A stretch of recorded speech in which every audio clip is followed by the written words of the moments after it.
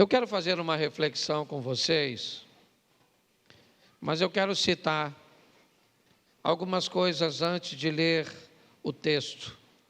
Nós vamos ler um texto que já foi falado aqui, Mateus, capítulo 7. Se você já quiser ir abrindo a sua Bíblia, fique à vontade, o texto também vai aqui para a tela. Mas eu quero, antes, obrigado, irmão, de ler esse texto, eu quero fazer algumas colocações. Quando Davi deseja levar a arca da aliança para Jerusalém, é um ato nobre de alguém que tinha um interesse de honrar e de valorizar a Deus. A arca da aliança trazia consigo a representação da presença do próprio Deus. O zelo cujo qual Davi tinha era muito grande. Ele mandou fazer uma grande festa. Ele preparou 2 carros novos, escolheu os melhores bois que nunca haviam sido usados em nenhuma outra atividade. Preparou toda aquela estrutura, colocou a arca em cima daquele carro de bois, colocou homens para guardar a arca, supervisionar aquela transição da casa de Obed-Edom até Jerusalém. Mas num determinado momento, o baú, a arca da aliança, ela sacudiu pelo movimento dos bois. Não havia amortecedores, então todo o impacto, era direcionado para aquilo que o carro estava carregando. E a arca ameaçou cair. E um dos indivíduos que estavam responsáveis, então segurou para que a arca não caísse. E ele acabou morrendo no momento que tocou a arca. A intenção de Davi era a melhor. A forma cuja qual ele resolveu honrar a Deus foi bem interessante. Todo mundo bem vestido, os músicos tocando, toda a estrutura preparada. Ele só esqueceu de uma coisa muito simples, de fazer da forma correta. A arca da aliança não podia ser levada daquela forma. Ela tinha que ser conduzida nos ombros dos sacerdotes. Ele tentou fazer da melhor maneira possível, mas ele fez da maneira incorreta. Isso nos mostra que para Deus o que vale não é a intenção. Isso nos mostra que antes de fazermos algo para Deus, é muito importante que saibamos como deve ser feito. Nós tivemos uma palavra de oferta. Eu posso ofertar de qualquer jeito? Não. Eu posso dizimar de qualquer jeito? Não. Eu posso me vestir de qualquer jeito? Não. Eu posso me casar de qualquer jeito? Não. Ou pelo menos eu não devo fazer de qualquer jeito. Porque eu posso trazer sobre mim uma série de consequências, uma série de problemas. Então, se vamos servir a Deus, e a tônica é unidade, onde a nossa proposta é todos trabalhando com a mesma finalidade, com o mesmo propósito, e isso também nos expõe a agradar a Deus e servir a Deus.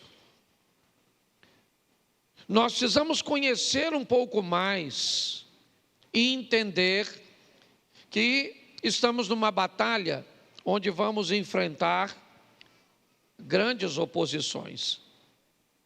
Eu vou ler 2 textos, não precisa Se der para colocar, aí coloca o capítulo 3 de Mateus, e depois nós vamos ao 11. Mateus 3, 13. Depois a gente vai ao 7, que é a palavra. Preste atenção. Por esse tempo, dirigiu-se Jesus da Galiléia para o Jordão, a fim de que João o batizasse. Ele, porém, o dissuadia, dizendo, ele, João, eu que preciso ser batizado por ti, e tu vens a mim? Mas Jesus lhe respondeu, deixa por enquanto, porque assim nos convém cumprir toda a justiça. Então, ele o admitiu. Batizado Jesus, saiu logo da água, e eis que se lhe abriram os céus, e viu o Espírito de Deus descendo como uma pomba, vindo sobre ele. E eis uma voz dos céus que dizia, este é meu filho amado, em quem me comprazo. Capítulo 13. Por esse tempo, dirigiu-se Jesus da Galiléia para o Jordão. Não, capítulo 13, por favor. Isso, só trocar o capítulo.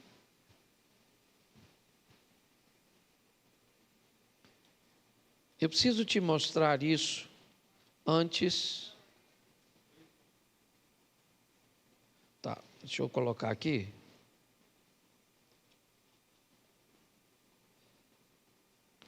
Capítulo 11, perdão. Naquele mesmo dia, capítulo 11, ora, tendo acabado Jesus de dar as instruções aos seus 12 discípulos, partiu dali a ensinar e a pregar nas cidades deles. Quando João ouviu do cárcere, ou no cárcere, falar das obras de Cristo, mandou os seus discípulos perguntar-lhe, és tu aquele que estava para vir, ou havemos de esperar outro? Preste atenção em mim agora. No capítulo 3, João tem a experiência de batizar Jesus. Na experiência do batismo, um fenômeno sobrenatural acontece. Os céus se abrem, uma pomba desce, uma voz ecoa dizendo, este é o meu filho amado em quem eu tenho prazer. Sim ou não? 8 capítulos depois, 3, certo? Para 11, 8 capítulos depois, João está preso no cárcere. O momento de João agora não é bom. Herodes vai mandar decapitá-lo. E agora, João manda perguntar algo a Jesus. E o que ele pergunta?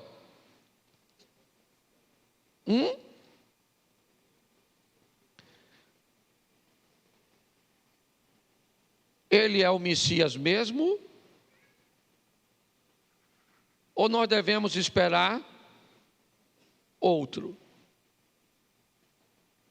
O homem que experimentou tudo isso, a diferença de idade entre Jesus e João Batista era apenas 6 meses. Eles eram primos de segundo grau. Isabel era prima de Maria. Quando nós olhamos para isso,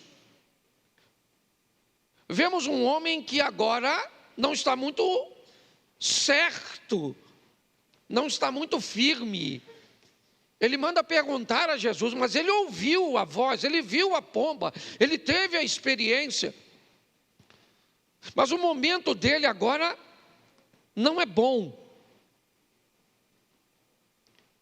E ele quer saber se Jesus é o Messias mesmo. Porque me parece que o evangelho e a vida cristã não é para qualquer um. Me parece que a caminhada cristã não é uma prova de velocidade, é uma prova de resistência. Eu preciso estar preparado para hoje viver momentos bons e acreditar que Ele é Deus, mas amanhã viver momentos ruins e isso não mudar minha ótica a respeito dEle. Se eu estou vencendo, Ele é Deus; se eu estou perdendo, Ele é Deus; se eu estou feliz, Ele é Deus; se eu estou chorando, Ele é Deus; se o meu casamento vai muito bem, Ele é Deus; se não vai, Ele é Deus do mesmo jeito. Porque minhas perdas particulares não podem mudar a minha ótica a respeito de Deus. E eu estou falando nada mais, nada menos que de João Batista. Se ele viveu momentos assim, que dirá a nós em alguns momentos, e talvez hoje, seu momento não seja bom, as coisas não estejam tão favoráveis para você. Então o evangelho é algo firme, forte, e é por isso que nós precisamos estar unidos com Deus, porque nós vamos viver muitos desafios. Eu achei bem interessante o texto lido pelo Robson, porque é nele que eu vou pregar. Você já ouviu aqui que o capítulo 5, 6 e 7 de Mateus é o texto das bem-aventuranças. É o sermão da montanha. Mas no capítulo 7, Jesus vai fazer algumas colocações para preparar seus ouvintes, porque esse era seu propósito. Preparar as pessoas para momentos difíceis. Levar seus discípulos a conviver com tempestades e não com calmarias. Levar seus discípulos a viver com perseguições, com incompreensões, com abandono, com mentiras, com falsos testemunhos. Porque a função do evangelho não é apenas nos levar para o céu, isso é o mais precioso, é verdade, mas nos preparar para os embates desta terra. Então nós vamos olhar um pouco isso. Eu vou depois ler com vocês e falar do capítulo 7, a partir do verso 24. Coloca, por favor. Todo aquele, pois, que ouve estas minhas palavras e as pratica. Verso 26. Todo aquele que ouve estas minhas palavras e não as pratica. Feche os seus olhos. Senhor nosso Deus, continue falando conosco. Usa-me como um canal de bênção nesta hora. Fala conosco, Senhor. Que caia por terra toda preocupação, toda distração, toda necessidade agora, que fique em segundo plano. E que a nossa mente esteja inteiramente atenta ao que o Senhor vai ministrar sobre todos nós, em nome de Jesus. Você pode dizer amém? Isso. Jesus está conversando, deixando uma mensagem com ou para seus ouvintes. E seria muito pertinente, talvez, vindo dele, uma palavra de vitória para todos. Quem não gostaria de sentar para ouvir Jesus falar ou pregar? Ele está falando para todos, mas ele separa seus ouvintes em duas classes. No capítulo 24, ele diz: aqueles que ouvem a minha palavra. No verso 26, ele novamente diz: aqueles que ouvem a minha palavra. São todos ouvintes. Mas no 24 ele diz: os que ouvem as minhas palavras e as põem em prática. No verso 26, provavelmente são as mesmas pessoas que estavam lá, são ouvintes do mesmo jeito. A diferença do verso 26 para o verso 24 é que o grupo do verso 26, eles não praticam. Eles não vão colocar em prática aquilo que ouviram, diferente do grupo do verso 24. Isso inevitavelmente coloca todos no mesmo dia, na mesma hora, debaixo da mesma oportunidade, mas separa os resultados de ambos. O resultado do versículo 26 é diferente do resultado do versículo 24. Isso me indica que hoje aqui podemos ter a mesma coisa, que nos nossos cultos teremos pessoas do verso 24 que ouvem e as praticam, e do verso 26 que também ouvem, mas não pratica. O tempo inteiro no capítulo 7, Jesus está falando de ações diferentes. Se você observar, ele abre o capítulo dizendo: aquele que bate, se abre; aquele que pede, recebe; aquele que busca, acha. Não é isso que está escrito? Sim ou não? Sim ou não? Isso. Pede, recebe; bate, se abre, certo? Busca, acha. Será que isso é uma verdade absoluta? Será que todos que pedem recebem? Será que todos que batem a porta abre? Será que todos que buscam eles conseguem achar? Sim ou não? Diga por experiência própria. Sim ou não? Isso. Não. Nem todos que pedem recebem, nem todos que buscam acham, nem todos aqueles que batem se abrem. Mas o que Jesus está buscando ensinar é: se você pede, você pode receber, sim ou não? Se você bate, alguém pode abrir, sim ou não? Se você busca, você pode ou não achar, sim ou não? Mas se você não pede, recebe? Se você não busca, acha? Se você não bate, se abre? Então preste atenção. O capítulo 7 vai ser um capítulo direcionado à ação, ao mover, a fazer com que as pessoas, certo, coloquem em prática, criem um ambiente cujo qual as coisas podem acontecer.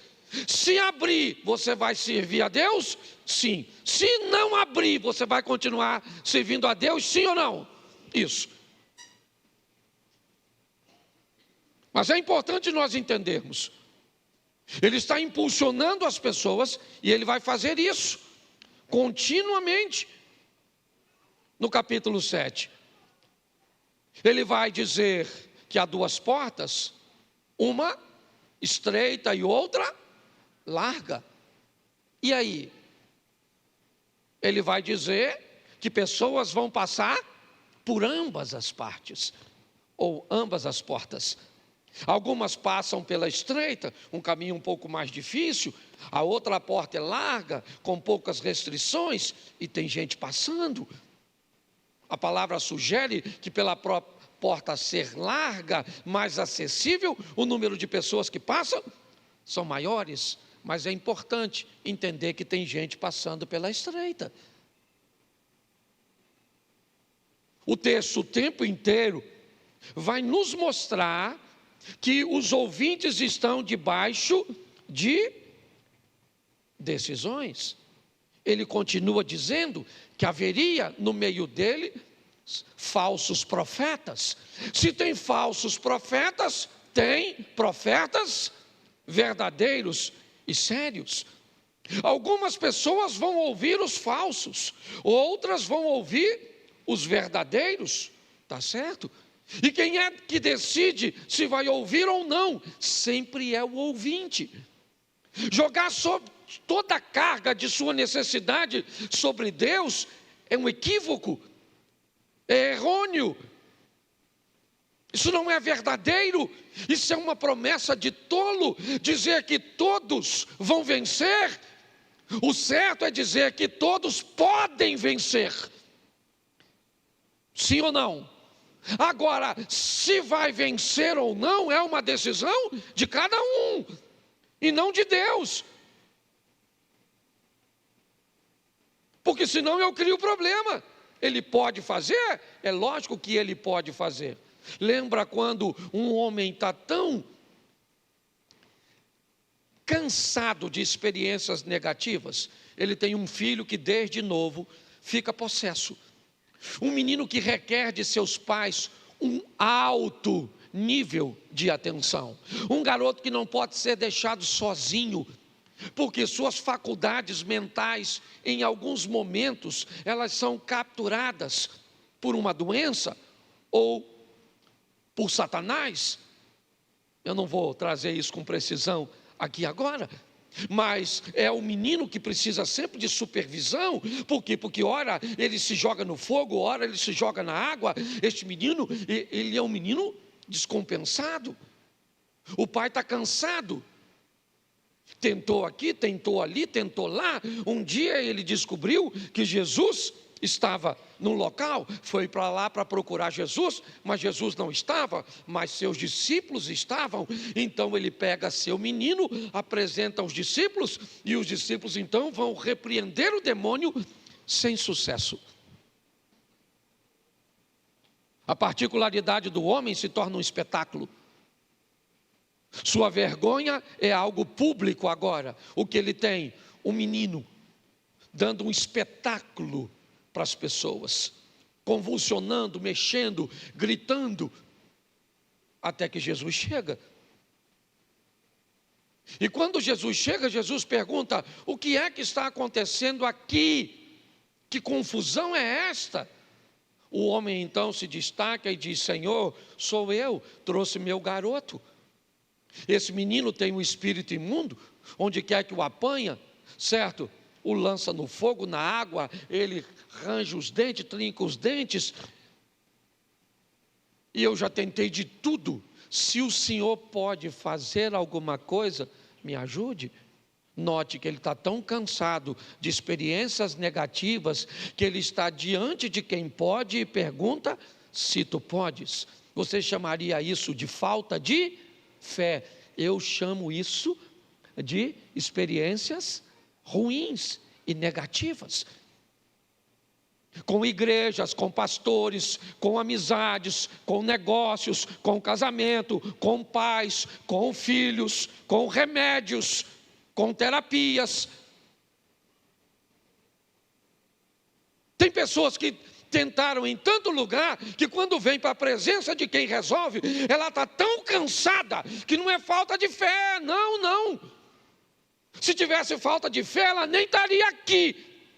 Reuniu apenas o que sobrou e disse: eu vou para lá sem vontade, eu vou para lá sem jantar, eu vou para lá sem tomar banho, mas eu vou para lá porque eu ainda acredito que Deus pode fazer algo por mim. Olhe bem, quando ele diz: se o Senhor pode fazer alguma coisa por mim, Jesus olha para ele e diz o quê? Eu posso? Sim ou não? O que você acha? O que ele disse? Me ajude aí, mesmo você que não conhece o texto.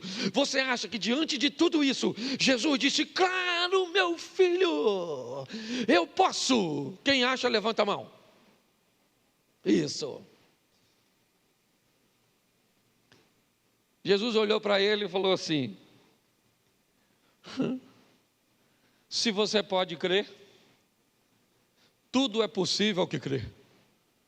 Poxa, gente, o cara já estava lascado. Jesus não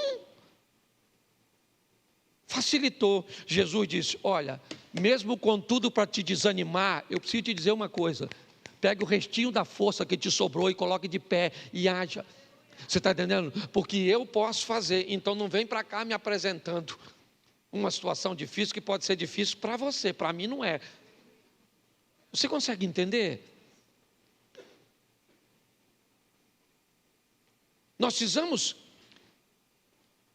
nos fortalecer, entender que a coisa não é tão fácil como nos disseram, e que depende muito mais de nós do que do nosso Deus. Então tem falso profeta, sim ou não? Mas tem profeta verdadeiro. Tem porta larga, sim ou não? Mas tem porta estreita. Tem gente indo pela larga, sim ou não? Mas tem gente aí indo pela estreita? Tem gente batendo? E tem gente que não bate? Tem gente que faz e tem gente que não faz. Você precisa definir que grupo você vai fazer parte. E agora sim eu quero começar a pregar.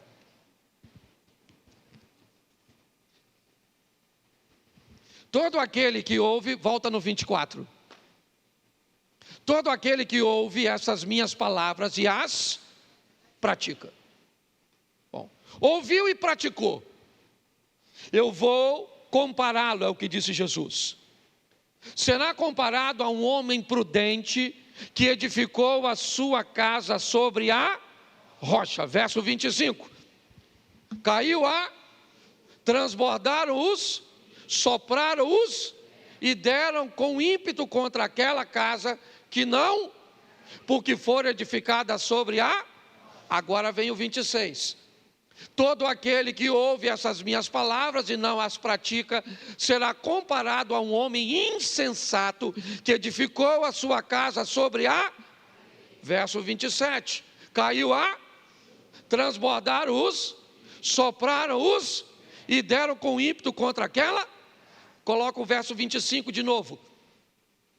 Caiu transbordaram sopraram e deram com ímpeto contra aquela... Coloca o 27 de novo. Caiu transbordaram sopraram os ventos e deram com ímpeto contra aquela... E ela, sendo grande a sua... Isso. Nós temos dois grupos. Tá certo? Aqueles que vão obedecer, e agora você que obedece e faz tudo certinho, vou te dar uma notícia: não tem luta, não tem chuva, não tem vento, não tem rio, não tem nada, você tem uma vida fácil, porque a obediência deixa você imune. Verdade ou mentira? Isso. Tem chuva para quem obedece? E tem chuva para quem não obedece? E tem rios para quem obedece? Ou torrentes? Tem torrentes para quem não obedece? Tem vento para quem obedece? E tem vento... Eu achava que não tinha. Eu estou falando sério, quando eu comecei, eu pensava, se eu botar a minha vida... Sabe, fizer tudo certinho, é só aguardar que vai dar tudo certo. Mas não. Aqui diz que a luta que vem para o obediente, vem para o desobediente. Esse dia alguém falou assim comigo: roubaram o carro de fulano. Também? Era macumbeiro, pastor. Eu falei: era, rapaz. Roubaram o carro do macumbeiro. Aí eu parei, porque eu sabia, né? A gente sabe o que a pessoa está. Aí eu parei, ele falou: o que foi, pastor? Eu falei: roubaram o carro de 3 irmãos lá na igreja esse ano passado. Será que eles estão na macumba? Não, porque tem gente que o desemprego só vem para quem não é crente. A crise no casamento só vem para não é crente. A doença só vem. Ô meu filho, a Bíblia diz que o sol que nasce para o justo, nasce para o injusto. O que eu aprendi nessa vida, certo? É que quando o sol está quente, meu filho, alguns podem usar Ray-Ban. É só isso. Mas o sol vem para todo mundo. Então a dificuldade é para todos. A diferença é que tipo de relacionamento eu tenho com Deus. Ele é sobre rocha. Então, se ele é sobre rocha, ele está firme, vai ventar, as torrentes vão vir, as chuvas vão vir, mas eu vou ficar de... Isso aí. Você vai brigar no seu casamento, você vai ter vontade de matar sua mulher, ou você vai ter vontade de matar seu marido, você vai falar que essa praga que eu casei com essa peste, que essa mulher, essa sogra minha parece que vem direto com a vassoura dos infernos, do quinto, do quarto, sei lá de onde, qual é a categoria. Mas você fala, um dia ela vai morrer, Senhor, ou sei, e sem a minha ajuda, mas eu não vou até o fim, certo? Não, é verdade. Tem dia que dá vontade de você fazer tanta coisa, tem dia que dá vontade de você desistir mesmo não tendo nada. A vida é engraçada. Entende? Porque é assim que funciona, você é gente.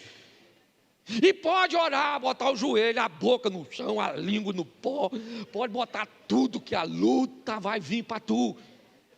Se Jesus, a luta veio para ele.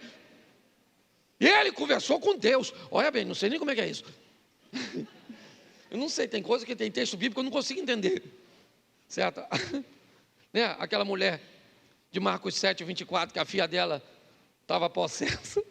E Jesus chamou ela de cachorro, lembra? Ela falou, Senhor, o Senhor não podia libertar minha filha? Ele falou, eu não vim aqui para os cachorros. Eu imagino se fossem os irmãos aqui da igreja. Tinha saído da igreja de Jesus. Não quero mais o Senhor como pastor. Certo? Jesus endureceu para ela, sim ou não? Mas estava dando uma lição em quem?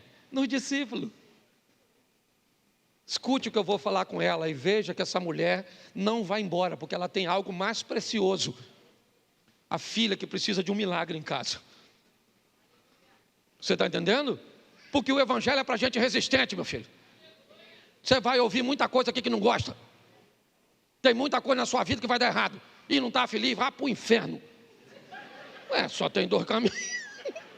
Não estou mandando você ir não, só estou fazendo uma... Lógico, sou pastor, quero que você vá para o céu. Mas tem uma turma que não vai, a gente fala, vai. Esse dia o cara falou, pastor, ele falou mesmo comigo. Eu tenho que ir para o inferno mesmo, que eu sou mau. Falei, meu filho, os cargos de mal no inferno já está tudo preenchido. Você lá vai ser a Cinderela. Falei com ele. Então, aprenda uma coisa nessa vida, meu irmão. 1000 cairão ao teu, 10.000 cairão à sua, mas você vai ficar de pé. E não é porque a vida para você é fácil, não. É porque você está ao lado do Senhor. A vara e o cajado do Senhor é o que te sustenta. Então Jesus está explicando isso aqui, certo? Quem obedece, escuta as palavras, vem a chuva, vem os rios e vem os ventos. Sim ou não? E para quem não obedece também vem do mesmo jeito. A diferença é que a casa que está sobre a rocha se mantém de isso. O que indica que na luta a diferença não está no inimigo, mas sim na estrutura do indivíduo que está batalhando, que está pelejando. Entendeu? Então, o diabo, ele vai usar as armas dele, certo? E se tem uma coisa que o diabo sabe fazer é trabalhar. Trabalha bem. Só que eu comecei a me perguntar, que rocha era essa? Aliás, alguém sabe me dizer o que é a areia? Quando as ondas batem nas rochas, elas tiram das rochas fragmentos. Esses fragmentos minúsculos de rocha formam o quê? Isso. Então preste atenção, quem vai construir sobre o mesmo material. A fé. A diferença é que a fé é sólida, para alguns firme, estruturada, e para outros nem tanto. Ela é fragmentada.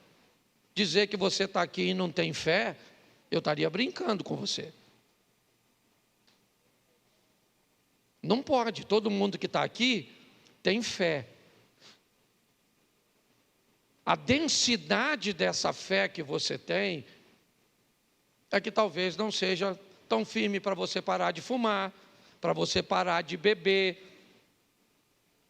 para você parar de se prostituir, para você parar de mentir. Talvez a sua fé, a fé que você tenha, ela não seja tão, densa ou intensa, a ponto de que você consiga resultados mais satisfatórios. E pelo que eu entendi, aqui, isso depende muito mais de nós do que de Deus. Porque no que depender de Deus eu não vou ganhar. No que depender de Deus eu já ganhei. Amém? Isso. Agora, isso depende de mim. É assim que funciona. Eu não consigo mudar meu comportamento, eu não consigo esquecer isso, eu não consigo esquecer aquilo. Então eu preciso entender que nós estamos nessa batalha. E se eu quero vencer, eu preciso me fortalecer. É isso. Então a primeira coisa que eu preciso fazer é me preparar para os momentos difíceis, desafiadores, que é onde normalmente é o campo onde Satanás vai usar com mais força para tentar afetar a nossa fé. Então, tudo aquilo que eu vou fazer, eu preciso construir em solo firme. Eu vou destacar algumas coisas para vocês aqui que eu considero importante em todos os relacionamentos. Número 1, quer criar um ambiente para construir em cima de uma rocha? Crie um alinhamento de expectativas. Repita comigo: alinhamento de expectativas. Isso. Eu preciso alinhar minhas expectativas. Quais são as minhas expectativas para com Deus? Desalinhada? Todas as expectativas não correspondidas têm tendência a gerar algum tipo de frustração. Se você não faz um alinhamento de expectativas com Deus, você pode entrar para a igreja e não conseguir ficar muito tempo, porque suas expectativas não estão alinhadas. Monte uma sociedade sem um alinhamento de expectativa. O que você quer desse negócio? Quanto você quer desse negócio? Qual tempo você precisa para tirar o que você criou a expectativa? Esse relacionamento de namoro seu, você faz um alinhamento de expectativas?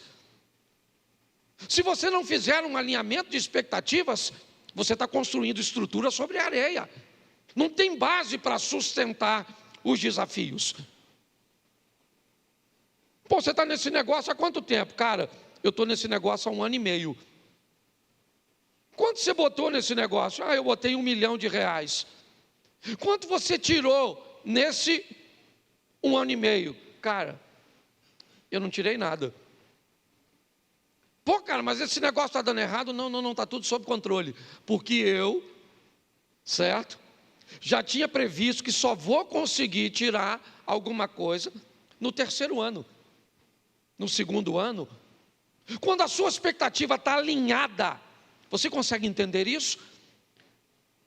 Você se priva de viver um ambiente de frustração. Mas você não fez nenhum alinhamento de eu entrei para a igreja e achei que assim que eu entrasse, eu ia ter uma intimidade com o pastor Cláudio. Eu achei que eu ia participar dos ministérios. Eu achei que a igreja ia cuidar de mim, fazer isso, aquilo outro. A igreja nunca disse que faria. Mas você tinha a expectativa de se casar e que seu casamento ia ser desse jeito, que seu marido ia ser desse jeito, que sua esposa ia ser desse jeito, e aí ela não foi. Você imaginou que a sua vida com filhos seria desse jeito e não foi? E você imaginou que ia trabalhar em tal lugar? Tá bom. Mas você não foi capaz de fazer um alinhamento de expectativas? Isso é extremamente ruim. Então eu preciso, se eu quero construir algo, eu faço um alinhamento de expectativa. É isso. Eu vou viajar, então eu tenho um alinhamento de expectativas. O que eu vou tirar de prazer dessa viagem? Como é que as coisas vão ser? Pronto.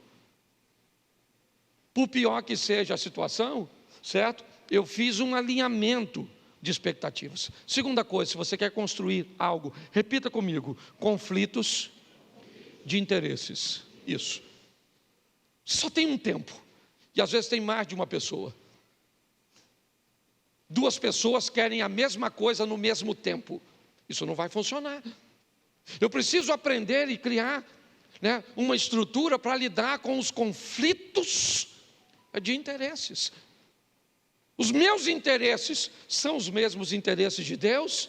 Sim ou não? Nem sempre. Os meus interesses são sempre os interesses do meu cônjuge? Não, nem sempre. Os meus interesses são sempre os interesses dos membros da igreja?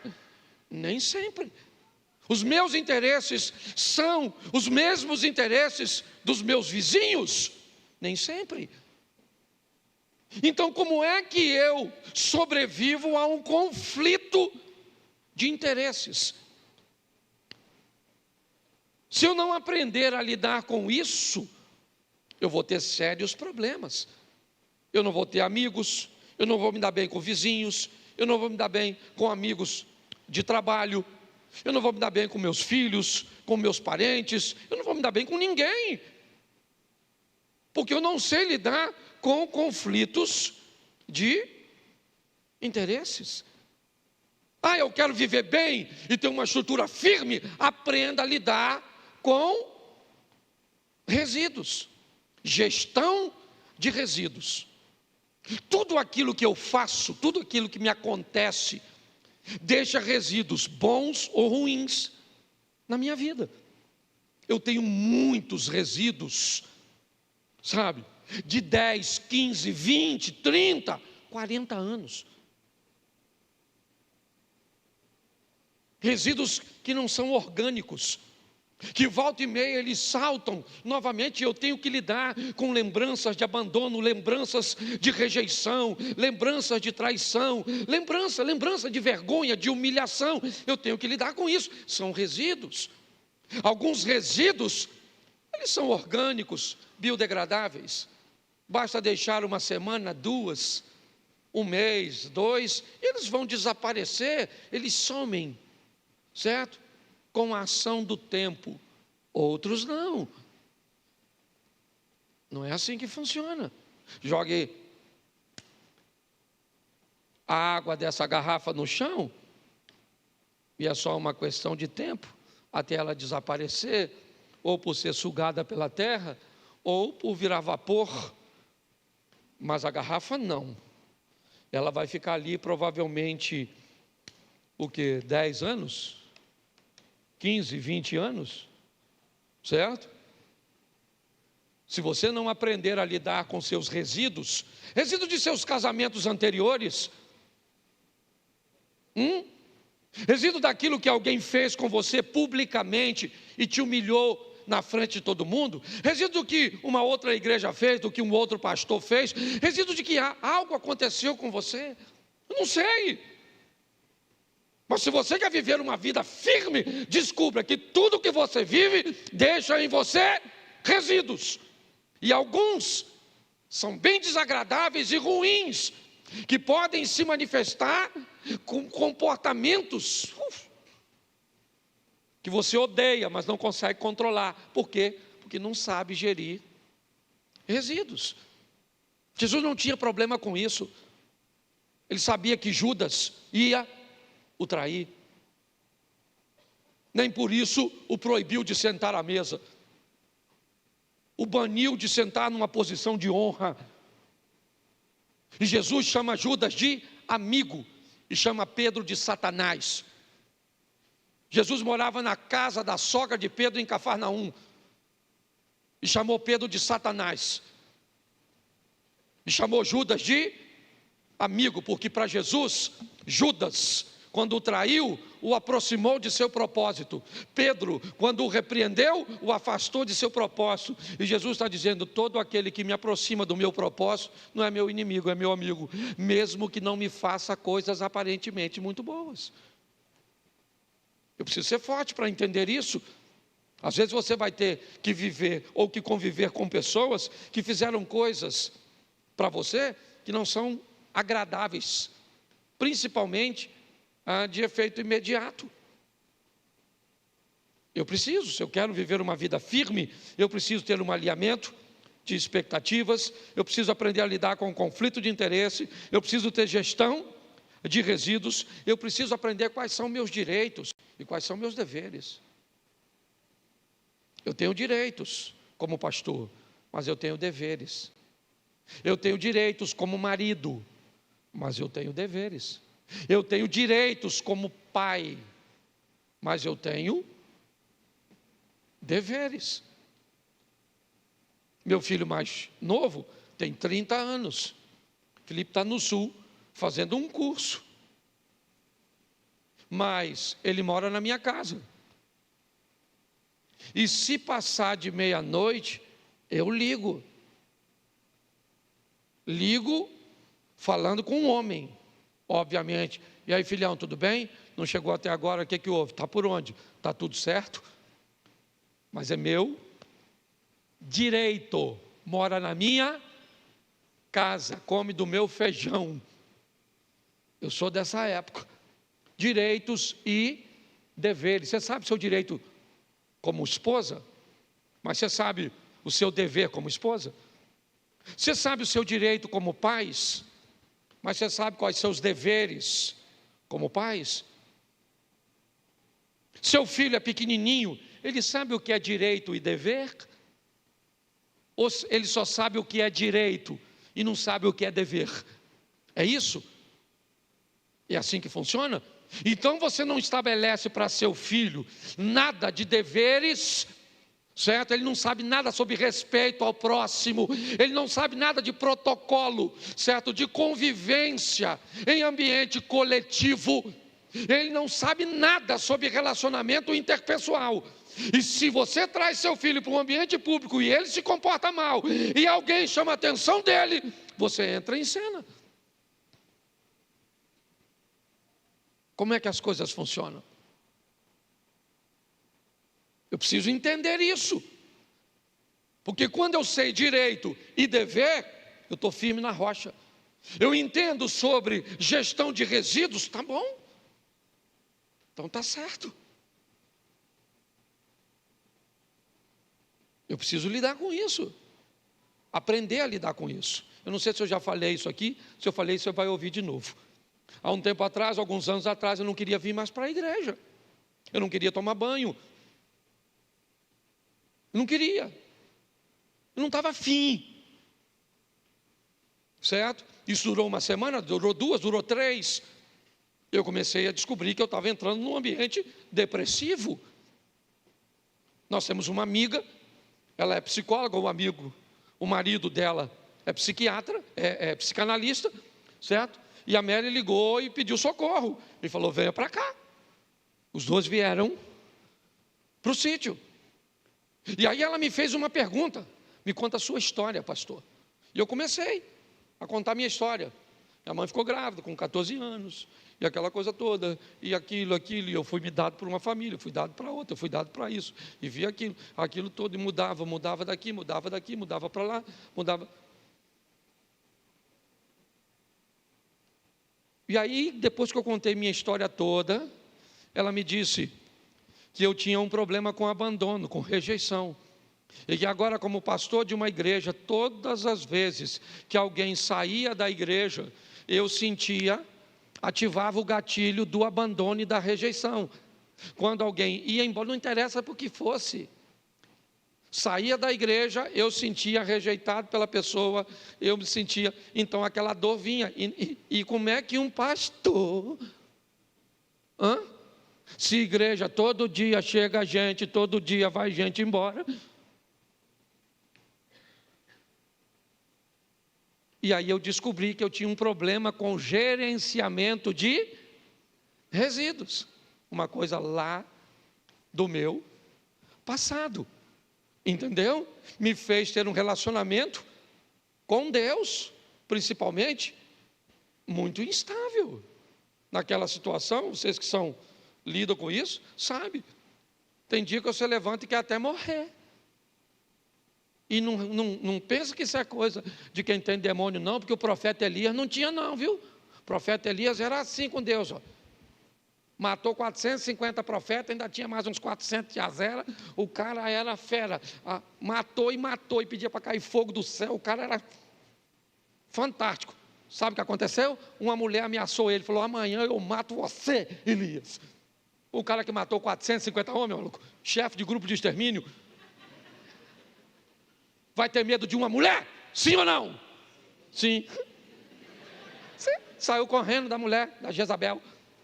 Correu, entrou numa caverninha e falou: Senhor, Jezabel quer me matar. Eu quero morrer. Ele queria morrer?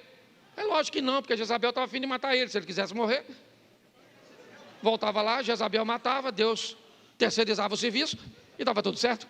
Ele queria morrer, sim ou não? Mas pediu para morrer? Mas queria? Mas pediu? Igual nós. De vez em quando que a vida está ruim, você fala: Senhor, eu podia voltar hoje. O que você está pedindo? Para morrer. Que ele não vai voltar hoje, que ele tem que salvar um montão de gente. Então você não é Mulher Maravilha não, dona. Nem corpo a senhora tem para isso. Tá certo? Então a chapa é quente, o bagulho é doido. Eu falo aqui, nós somos carioca. Se cair, cai atirando, mas vamos embora. Entende? Porque a vida é desafiadora, então você tem que aprender a lidar com isso. Gerenciamento de crise. Tem gente que não sabe. Eu sou da geração X, né? Que agora tem letrinha para botar na geração. Então eu sou da geração dos anos, né? A turma dos 80 e alguma coisa ali, que nasceu, é chamada geração X, aquela que nasceu por pau. Eu não é mente, olá, tardia. Quem aqui furou o pé com prego? É isso aí, tudo tem mais de 30 e pouco. É isso aí, hoje prego não fura mais. Não fura mais. Ou seja, você já viu hoje alguém com tétano? Não tem mais, mentiolate não arde. Não tem mais nada, não tem. Certo? Pode olhar. Ok? Seu pai falava: levanta, vagabundo. Vamos embora trabalhar. Chamava você o quê? Se você for gordinho, rolho de poço, chupeta de baleia. Chamava tudo na escola, sim ou não? Testa de marquise. Chamava ou não chamava? E você tinha algum problema com isso? Nada. Tinha nada. A turma firme, forte. Não é? Aí veio aí a geração milênio, a geração Y. Porque agora tudo tem letrinha. Essa geração não grita com eles, não manda eles fazer nada, que eles se aborrece com tudo. Me deixa. Não me sufoca. Por isso que eu quero sumir. Falava com sua mãe. Quem aqui tem mais de 40 e lembra da sua mãe chorando, perguntando para você assim, ó: você me ama? Você lembra da sua mãe falando isso para você? Sua mãe falava: se você me ama, eu não quero saber. Você que me respeita, que eu desço o cacete em você. Chamava o conselho tutelar, ela falava: eu bato no conselho tutelar, no Alexandre de Moraes, no Maduro, no Verde, eu bato em todo mundo, no líder do Hamas. Para pensar. E nós somos pastor, estamos vivendo com essa turma toda. Esse grupo aí, eles, se você pressionar, eles não faz. E se você não pressionar, aí é que não faz. Aí é que não faz mesmo. Mas tem uma pior, que é essa tal dizer. Pastor, o que é isso? Isso aí é gelatina. Eu não sei nem o que eles são. Aí como é que vai ser crente? Não pode levar um fora de uma menina.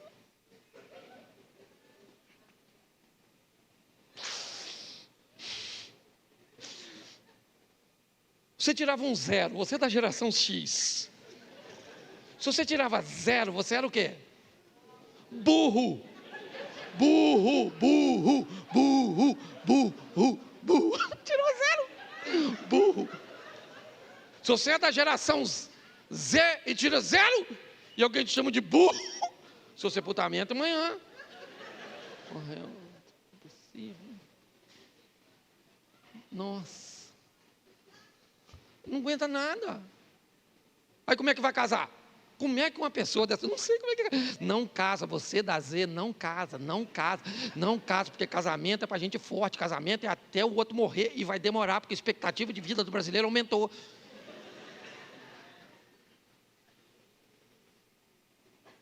Eu estou falando sério. Um povo fraco, não pode falar nada, não pode nada, não pode nada. Agora maratona, vai ter que ter uma pessoa fortinha, gordinha, correndo maratona. Eu fico pensando o que os quenianos vão fazer da vida, que a única coisa que eles sabem é correr. E não pode mais chegar na frente dos outros, que é humilhação. O futebol acabou, que você der 2 dribles, leva cartão amarelo. Porque o outro, o adversário, se sente ofendido. Nossa, vai para casa. Pelo amor de Deus. Então, se a gente não fizer alguma coisa, esse povo vai para o inferno. E tem lugar, hein? Jesus disse, na casa do meu pai tem muitas moradas, e no inferno também tem uns barraquinhos. Não é morada não, é uns barracos. Você está rindo, mas o assunto é difícil. Então nós temos que preparar a pessoa forte. Cadê o Satanás? Tem gente que diz assim, pastor, não vou nem mais naquela igreja, porque o pastor fica falando no nome do diabo, que o diabo vem. Menino, não precisa chamar não, ele vem, não precisa chamar mesmo. Que ele é sem educação. Vem na sua sogra, vem nos seus filhos. Eles vêm tudo. Alguns full time, outros freelance, mas ele vem, tá certo? Então nós precisamos de gente forte. É isso aí, certo? Gente que constrói a casa em cima da... E vem vento, e vem rio, e vem chuva, e vai vir. E quanto mais você resiste, parece que mais forte o troço vem. E você? Você está lá. Olha, lutando. Parece um lutador de MMA. Todo dia. Não sei para você, mas luta comigo, eu levanto de manhã, eles pegam a senha. Parece a frente da casa dos políticos. Fica lá aquele montão de luta para... Então você pensa que eu tenho esse bom humor, assim que é, eu tenho que ter aqui, porque é meu ministério, mas tem dia que eu saio daqui. Nem o diabo tinha farinha, porque tem dia que se o inimigo aparecer lá em casa, é eu que entro nele. Então é difícil, porque agora você está aqui, já você está indo embora, vai dormir sozinho. Nem lembro, mas estou sozinho. Que rapaz? Feche seus olhos e fala, Senhor está aqui comigo, certo? E eu estou firme, e um dia eu vou estar com o Senhor na glória, certo? E eu vou lutar, vou ouvir e colocar em prática. Então está casado, fica casado, está solteiro, casa não, certo? Ué, estou falando... Hoje eu vim dizendo, eu nem sei se eu tomei meu remédio, eu acabei com a igreja hoje. Você que está visitando, não repara não, viu? Mas gente, um povo muito mole. Não gostei, sabe? O pastor hoje falou comigo assim. Estou noivo, ia casar sábado. Então casa, tem espaço para sofredor. Tem gente que torce para botar fogo, você está entendendo? Então vamos embora. Brinquei aí com o irmão, tá certo? Então, é assim, gente. E vamos embora, certo? Então vamos ler a Bíblia, vamos orar e vamos preparar para guerra, meu irmão. Posso ouvir um amém da igreja? Então você fica de pé e fala assim: soldado, vamos para a guerra. É isso aí. Feche seus olhos, pode fechar, que ninguém vai pegar nada seu. Ó, se você tiver a fim de ir para o céu, agora mudou. Antes tinha uma sala, está ficando tão difícil ir para o céu. Para você ter noção, está ficando tão difícil ir para o céu, que até a sala que era ali para ir para o céu, botaram mais longe. Não fui eu, não. Agora é atrás aqui, ó. Você sai aqui, ó, vira assim à direita, à esquerda. Lá no cantinho tem uma porta de vidro, vai ter uma sala climatizada para orar por você. Pastor, eu quero voltar para Jesus, eu quero receber Jesus pela primeira vez, eu quero só saber quais são os horários de culto. Pastor, eu quero saber o dia que o senhor não está pregando para minha filha. Você pode dar um pulinho lá que alguém vai orar por você, tá certo? Agora, se você quer ir para o inferno, manda lembrança, puxe fruto, porque nós não estamos afim de não. Então a sua vitória não depende de Deus e também não depende de Satanás não, viu? Porque ele não vai afrouxar não, ele vai continuar lutando. Agora segura na mão do Senhor, se fortalece nele, na sua palavra, no poder da oração, certo? E com certeza você se tornará invencível. É assim. Feche seus olhos. Pai, muito obrigado por essa noite, que todos nós, que ouvimos a mesma coisa, possamos firmar os nossos pés na rocha, numa estrutura inabalável. Sabemos que isso não nos deixará imunes aos ataques, às ciladas do inimigo, mas sabemos que no Senhor nós vamos vencer. Toma os nossos negócios, toma o nosso emprego, toma o nosso casamento, toma os nossos filhos, os nossos netos, os nossos bens, mas mais do que tudo, Senhor, fortalece a nossa fé, que não venhamos nos perder, ó Deus, e jamais desistirmos.